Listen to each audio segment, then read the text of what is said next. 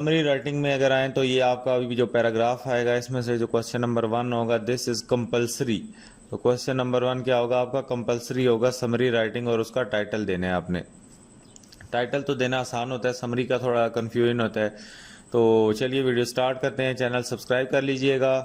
और यहाँ पे समरी राइटिंग में सबसे पहले इसकी हम डेफिनेशन पढ़ लेते हैं। मैंने आपके लिए लिख के लाया हूँ।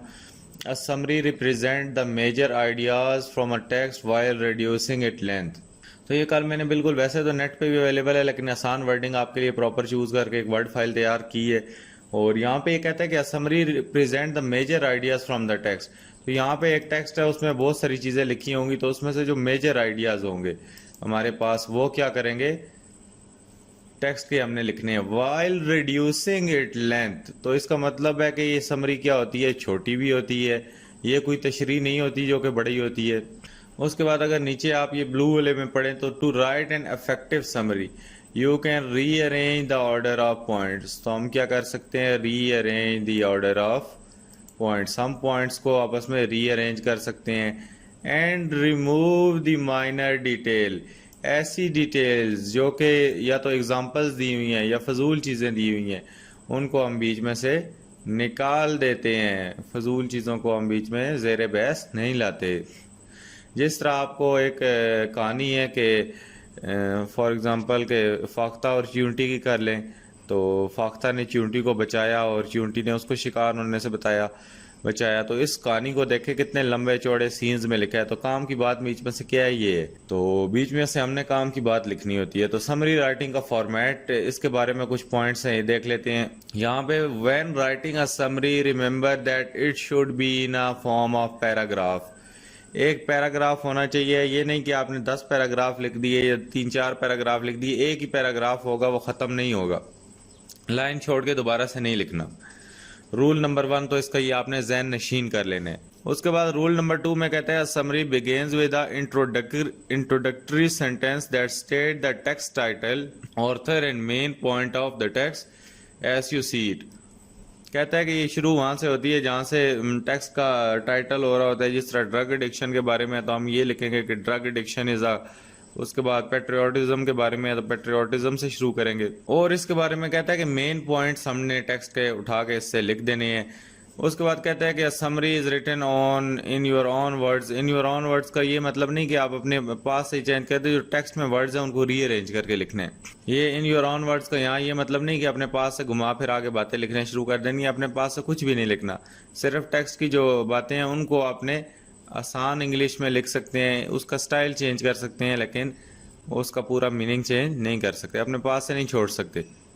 क्योंकि अपने पास से लिखने लगे तो वो समरी नहीं, वो ऐसे बन जाएगा। उसके बाद कहता है summary contain only the ideas of original text. सिर्फ ये क्या करता है कि सिर्फ वही आइडियाज होते हैं जो कि ओरिजिनल टेक्स्ट में होते हैं। आपने अपने दिमाग से इसमें कोई आइडिया नहीं डालना। ये कौन से आइडियाज होते हैं? सिर्फ के सिर्फ आइडियाज ओरिजिनल टेक्स्ट वाले होते हैं। आपने अपने पास से इसमें आइडियाज नहीं डालने। आगे लिखता भी है जी, इसको हम अलग पॉइंट में कर लेते हैं ताकि आपको सही ज़हन नशीन हो। Do not insert any of your own opinions. अपने पास से फजूल चवले नहीं मारनी, अपने पास से हीरो नहीं उस वक्त बन जाना। अगर इंग्लिश आती है आपको तो उस वक्त आपने कहना है कि बस आज ही पेपर मिला तो चलिए अपने पास से शुरू करते हैं। ऐसा नहीं करना। अपनी ओपिनियंस को अपने जेब में रखना है। इंग्लिश के पेपर में अपनी ओपिनियंस को सब्र से उसको बर्दाश्त करके रखना है। इंटरप्रिटेशन, डिडक्शंस, कोई चीज़ आपने इंटरप्रेट की उसके बाद डिड्यूस की उससे, या आपके कोई कमेंट्स है नहीं यार ये तो गलत हो रहा है, मैं नहीं, ये नहीं, ऐसा नहीं, ऐसा मीडिया को होना चाहिए। तो अपने पास वाली बातें हौसला करके अपने पास रखनी है। फिलहाल समरी में यहाँ पे नहीं लिखनी। बाकी जिस मर्जी को सुनाओ कहानियाँ, अपने ओपिनियन जहाँ मर्जी करो, you are free to express your opinions. तो फिलहाल के लिए समरी के लिए आपने अपने पास इसको सब्र करके रखना है, अपनी ओपिनियंस को भी। तो आगे चलते हैं। इसके कोई रूल्स हैं जो दोबारा मैं आपको जहन नशीन कराना चाहता हूँ। तो ये मैंने अलग से लिखे हैं, इसीलिए do not start before you have finish the reading and understanding the text. अब यहाँ पे क्या बात होती है ना कि बच्चे ने पैराग्राफ देखा ही नहीं तो जी समरी लिखने लग पड़ा। अब पैराग्राफ पढ़ूंगा तो मेरा टाइम वेस्ट हो जाएगा, तो टाइम वेस्ट होगा तो मेरे आखिर से वो ऐसे रह जाएगा, एप्लीकेशन लेटर रह जाएंगे। तो बेटा मेरी बात सुनो, थोड़ा सा पहले पढ़ लेना है। तो ये ज़्यादा चलाक शलाक बनने के चक्कर में आप समरी भी गलत लिखोगे, उसका टाइटल भी कुछ और लिख के नीचे क्वेश्चन का आंसर भी गलत दोगे। सबसे पहले जब पेपर आएगा तो आपने पैराग्राफ पढ़ लेना है। पैराग्राफ आपने पढ़ लिया तो आपको पता है कौन से क्वेश्चन का आंसर किधर है और कौन से वर्ड का मीनिंग किधर जाएगा, और उसके बाद हमारे पास उसकी समरी भी क्या बनेगी। तो ये जो गलती करते हो, ये गलती मैंने नंबर 1 पॉइंट पे इसीलिए लिख दी। उसके बाद do not panic at all. अब लड़के हो पैराग्राफ देखा जी, मैं तो बुक से बाहर से पैराग्राफ खुदा ना खास्ता कल आ गया तो पैनिक हो गए। ओ भाई पैनिक नहीं होना, क्या हो गया, पैराग्राफ जहां मर्जी से आए। मैंने पिछली एक वीडियो बनाई हुई है, आपको उससे क्वेश्चन आंसर निकालने आसानी से आते हैं। एक और वीडियो बनाऊंगा, पूरे 10 चैप्टरों के पैराग्राफ डिस्कस करने जा रहा हूँ, टेंशन नहीं लेनी। उसके बाद कहते हैं if you know what to write you will find that you can write down it quickly. तो ये पता नहीं वर्ड फाइल में क्या होता है, नीचे आ गया। तो यहाँ पे कहता है if you know what to write you can find that you can write it down quickly. आपको जब पता है मैंने क्या लिखना है, तो आपको पता है यार एक बार पैराग्राफ पढ़ा है, ये यहाँ से यही चीजें लिखनी है और वो जल्दी जल्दी आप लिख लेंगे। फिर कहता है कि be accurate, never change the meaning of the original text. यहाँ पे ओरिजिनल से मतलब है ओरिजिनल टेक्स्ट या ओरिजिनल पैराग्राफ। उसके बाद कहता है कि remove minor details and examples. तो ये एग्जांपल्स का वर्ड मैंने स्पेशली यहाँ पे ऐड किया है कि बीच में कहीं लिखा होता है फॉर एग्जांपल, वो फॉर एग्जांपल वाला तो आपने डालना ही नहीं है पैराग्राफ में। रिमूव माइनर डिटेल्स, जो छोटी मोटी डिटेल्स है, जिस तरह था कि वो चिंटी और फाख्ता वाली कहानी की मैं आपको उसी की मिसाल दी है, तो चले आगे भी बता देता हूँ। तो आपस में उनकी बहुत दोस्ती थी, ये था वो था, एक दूसरे के घर जाती थी ये। तो यहाँ भी काम की बातें क्या हैं, काम की बात यह है कि शिकारी आया, उसने उसकी जान बचाई। उसके बाद जब चिंटी डूबने लगी तो उसने क्या, फाख्ता ने ऊपर से पत्ता फेंक के उसकी जान बचाई। तो बजाय वो एग्जांपल्स देने की कि यार उनकी दोस्ती की मिसाल नहीं मिलती है, एक दफ़ा तो ये हुआ तो वो हुआ, तो जो काम की बात है टॉपिक के रिलेटेड वो लिखनी है। फिर कहता है कि reorder the ideas as needed. आप इनकी अरेंजमेंट चेंज कर सकते हैं। कोई पहली लाइन है, उसके बाद आखिरी लाइन है और दरमियान वाली लाइन, दरमियान वाली को आखिर में, एक सीक्वेंस अगर उस तरह बन रहा है तो लिखनी है। पता चले कि सर से लेकर, आपने अपनी बॉडी की एग्जांपल लेनी है, सर से लेकर पाँव तक एक जो सीक्वेंस बन रहा है उस लिहाज से आपने समरी भी लिखनी है।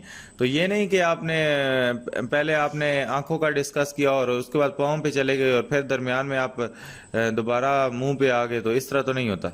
उसके बाद कहते हैं रिजर्व योर ओपिनियन। अब ये जो आखिरी पॉइंट है ना, ये मैंने दोबारा लिखा है। अब इसमें रिजर्व का क्या मतलब है? रिजर्व हम किसी चीज को क्या करते हैं, बचा के रखना, इसका वो मतलब है।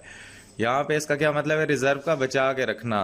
तो अपने जो ओपिनियंस हैं उनको क्या करना है, कोर्ट रखनी है, यहाँ पे उनको बचा के रखने, अपने पास से ओपिनियंस नहीं देने। मुझे पता है आपके बहुत एक्स्ट्रा ऑर्डिनरी और बहुत अच्छे अच्छे ओपिनियंस होते हैं, मेरे से तो बहुत ज़्यादा ही अच्छे होंगे। तो आपने यहाँ पे अपने ओपिनियंस का अपने पास इनको रखना है। जेब में जब पेपर दे के आएंगे ना, बाहर निकलते हुए अपने दोस्तों से खूब ओपिनियन जानने। दोस्त है या सेंटर में कोई दोस्त यार नया बन गया है, जो भी है उसका दिमाग रच के खाना है। यहाँ पे फिलहाल आपने क्या काम करना है, ओपिनियंस को पास रखना है। तो उम्मीद है यार समझ आ गई होगी। आप कह रहे होगे कि यार पैराग्राफ दे के एग्जांपल नहीं दी, तो रुको पैराग्राफ ही लाया हूँ, टेंशन क्यों ले रहे हो। फिलहाल ये पैराग्राफ मैं बुक से तो नहीं लाया, ये मैंने समरी की वर्कशीट एक निकाली हुई है, तो ये भी इंटरनेशनल इंपॉर्टेंट चीज़ है, तो इसको देख के समझा देता हूँ आपको। तो समरी राइटिंग एक बहुत बड़ा क्योस बना है, क्योंकि 6-7 नंबर है भाई, पहला क्वेश्चन ही समरी राइटिंग है। तो उम्मीद है जिस तरह समझा रहा हूँ समझ आ रही होगी, टेंशन नहीं लेनी, समरी राइटिंग इज नथिंग। तो अभी देख लेते हैं इसकी आगे पूरी बुक की समरी राइटिंग भी आपको बताऊंगा, तो आपको पता चलेगा यार क्या क्या लिखना होता है क्या क्या नहीं। अभी भी किसी को समझ नहीं आए तो वो भी बिल्कुल टेंशन ना ले। उसके बाद यहाँ पे देखें summary the main idea worksheet number 1 हमारे पास आती है जी। इसमें वो कहता है क्रिएट द टाइटल, इसमें क्वेश्चन उन्होंने दिए हुए हैं, create the title of paragraph, उसके बाद एक्यूरेटली समराइज द टेक्स्ट और your summary must describe all the key ideas of the text. तो ये देखिए ये रूल्स उसमें ऊपर दिए हैं, फेडरल बोर्ड वाले ये आपको लिख के नहीं देंगे, आपको वैसे पता होने चाहिए। तो do not include your opinions, तो ये देखें यहाँ पे भी वो कह रहा है कि अपनी ओपिनियन, पर्सनल इन्फो अपनी समरी में नहीं डालनी, अपने कॉल रखनी। उसके बाद कहता है कि हाईलाइट और अंडरलाइन यानी की आइडियाज, तो इसको छोड़ते हैं। यहाँ से पढ़ते हैं picture this a herd of elephant flies. पहले सबसे पहला रूल क्या था, समरी को पढ़ना है। A herd of elephant flies past you at 60 mile per hour, followed by a streak of tigers, a pride of lions, a bunch of clowns. What do you see? It must be a circus train. One of the first issue of the circus train was credited to W.C. Cook. He partnered with P.T. Braniam in 1871 to expand the reach of their newly combined shows using locomotives. Before the circus train, these operations as lug around all of the animal performers and equipment with a team of more than 600 horses. Since there are no highways, these voyages were rough and took long time. Circuses would stop at many small towns between large venues. Performing at many of these small towns was not profitable because these limitations. Circuses would not grow as large as imitation of the operators. After they began to use the train यहाँ पे to show their large cities, the performers were much profitable वगैरह, इनको profit हुआ। उसके बाद multiple rings were added to show went on today. Ringling Ross, Braniam, Bearley Circus still rely on the circus train to transport their astounding show। और यहाँ पे इसकी summary ये नीचे लिखी है। यहाँ पे क्या लिखा है, How do you say holy cow in the French? The fastest thing in the France must be the fastest ground of transportation of the world। तो ऊपर जो भी चीज़ें हो रही थी इसने इसको रीअरेंज करके अपनी वर्डिंग में मतलब के ओरिजिनल टेक्स्ट की कॉन्टेक्स्ट में ही लिखा है। कहता है कि the fastest thing in the France must be the fastest ground transportation. कहता है कि यहाँ पे ट्रांसपोर्टेशन की अहमियत बयान की जा रही है, तो फास्टेस्ट ट्रांसपोर्टेशन होनी चाहिए।